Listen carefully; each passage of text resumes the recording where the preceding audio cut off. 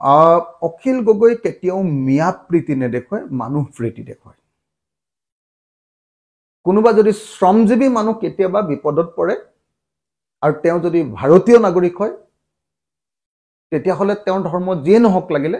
তেতিয়াহ'লে অখিল গগৈয়ে কাৰো অনুমতি নোলোৱাকৈ কাৰোলৈ কেয়াৰ নকৰাকৈ ভাৰতীয় মানুহক আৰু দুখীয়া শ্ৰমজীৱী মানুহক সহায় কৰিবলৈ সদায় প্ৰস্তুত কিন্তু কোনো মিয়াৰ প্ৰতি চিম্পেথি কোনো ধৰ্মৰ প্ৰতি চিম্পেথি কোনো বিদেশীৰ প্ৰতি চিম্পেথি সামান্যতম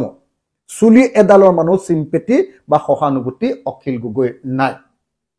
মানুহ হিচাপে অখিল গগৈ একেবাৰে কোমল অন্তৰৰ মানুহ আৰু সংগ্ৰামী মানুহ হিচাপে অসমৰ আটাইতকৈ কঠিন মানুহজনে নিশ্চয় অখিল গগৈ গতিকে শৃংখল চলিখাই অলপ মানে মই ক'বলৈকে বেয়া মানে একচুয়ালি শৃংখলৰ নিচিনা একেবাৰে নপঢ়া নুশুনা ল'ৰা একেবাৰে বিষয়বস্তুৰ জ্ঞান নথকা অন্নবৰতে উটি ভাহি পোৱা আৰু সদায় নিজৰ কামৰ জৰিয়তে চৰকাৰৰ সুযোগ তৈয়াৰ কৰি দিয়া আৰু সেইটোকে জীৱনৰ লাইভলিহুড ৰূপে লোৱা মানুহক সেইকাৰণে মই কি কম বেলেগ কথা ক'বলৈ একো নাই মই জানো যে শৃংখল চলিহাক হিন্দু মুছলমানৰ কাজিয়া লগাবৰ কাৰণে মুখ্যমন্ত্ৰীয়ে পৃষ্ঠপোষকতা কৰিছে শিৱসাগৰত মই জানো মানে নহয় হিমন্ত বিশ্ব শৰ্মাই নিজে কৈ দিছে যে মই শিৱসাগৰত মিয়াখেদা আন্দোলনটো মই পৃষ্ঠপোষকতা কৰিছো পৃষ্ঠপোষকতা মানে আপোনালোকে নিশ্চয় জানে পৃষ্ঠপোষকতা মানে কামটো কৰিবলৈ উৎসাহিত কৰা কামটো কৰিবৰ কাৰণে লজিষ্টিক সাপোৰ্ট দিয়া তাৰমানে পুলিশ প্ৰশাসনক সহযোগ কৰিবৰ কাৰণে নিৰ্দেশ দি দিয়া আৰু কামটো কৰোতে যিবিলাক খা খৰচ হয় সেই খা খৰচ বিলাক দি দিয়া এটোকে পৃষ্ঠপোষকতা বুলি কয় নহয় জানো এটা পৃষ্ঠপোষকতা নহয় জানো আমি সকলোৱে জানো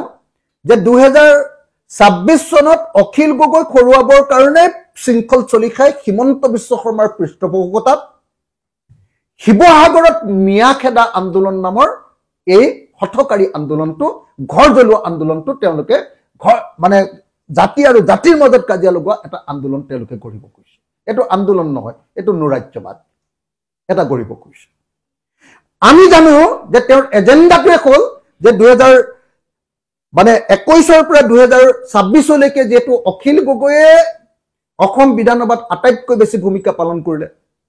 অখিল গগৈয়ে যেটো বিজেপি চৰকাৰক আটাইতকৈ জবাবদিহি কৰিলে অখিল গগৈৰ যুক্তি আৰু তৰ্কৰ সন্মুখত হিমন্ত বিশ্ব শৰ্মা খাৰা হ'বলৈ অসুবিধা হয় গতিকে 2026 চনত যিকোনো পৰিমাণে যিকোনো প্ৰকাৰে অখিল গগৈ বিধায়ক হিচাপে বিধানসভালৈ পঠিয়াব নালাগে এটো হল হিমন্ত বিশ্ব শৰ্মাৰ এজেন্ডা আৰু সেই এজেন্ডাটোকে যে শৃংখল চলিখাই কাৰ্যকৰী কৰিবলৈ গৈছে এটো খাটাং গতিকে তেওঁ কৈ আছে যে অখিল গগৈ কি 2026 চনত শিৱসাগৰত কি ব্যাপক কি ৰাজনৈতিক পৰিৱৰ্তন কৰিবৰ কাৰণে তেওঁ কাম কৰিছে হয় আমি জানো যে তেওঁ শিৱসাগৰ বিজেপি আৰু আৰএছএছৰ হাতত তুলি দিবৰ কাৰণে শিৱসাগৰত অখিল গগৈ অসমৰ এই সময়ৰ সংগ্ৰামী ইতিহাসৰ যিজন আটাইতকৈ বেছি সংগ্ৰামী মানুহ সেই মানুহজনৰ হাতৰ পৰা মানে আঁতৰাই অসমৰ ইতিহাসৰ আটাইতকৈ ডাঙৰ হত্যাকাৰী সালফা এজনক অসমৰ ইতিহাসৰ আটাইতকৈ ডাঙৰ হত্যাকাৰী সালফা এজনক শিৱসাগৰৰ আসনখন দিবৰ কাৰণে যাতে একেলগতে তেওঁলোক দুইজনে লগ লাগি গোটেই ব্যৱসায়ীবিলাকৰ পৰা ধমকি দি পইচা উঠাব পাৰিব ভৱিষ্যতে সেইকাৰণে তেওঁ এইবিলাক কাম কৰি আছে শিৱসাগৰত এটোটো খাটাং সকলোৱে জানে যে শিৱসাগৰত কোন ইলেকশ্যনত উঠিব জানে যে অসমৰ ইতিহাসৰ আটাইতকৈ দুৰ্ধৰ্ষ সন্ত্ৰাসবাদী মানুহ মৰা উজনি অসমৰ আটাইতকৈ বেছিকে মানুহ মৰা সালফা এজন বিজেপিৰ পৰা উঠিব আৰু সেই বিজেপিৰ সালফাজনক বিধায়ক পাতিবৰ কাৰণে আৰু অখিল গগৈক বিধায়ক পদৰ পৰা খেদিবৰ কাৰণে শিৱসাগৰত শৃংখল চলিহা হতে মিয়া আন্দোলন কৰিছে মিয়াখেদা আন্দোলন কৰিছে কথাটো চাপ সেইকাৰণে তেওঁ কৈছে যে 2026 চনত শিৱসাগৰত ৰাজনৈতিক পৰিৱৰ্তন কৰা হ'ব কাক দিব বিজেপি কাক দিব সাম্প্ৰদায়িক বিজেপি কাক দিব অসমৰ ইতিহাসৰ আটাইতকৈ দুৰ্ধৰ্ষ সন্ত্ৰাসবাদী আটাইতকৈ বেছি মানুহ মৰা এজন চালফাক বিজেপিৰ বিধায়ক ৰূপে গঢ়িবৰ কাৰণে শৃংখল চলিয়াই কাম কৰি আছে। বিধায়ক অখিল গগৈ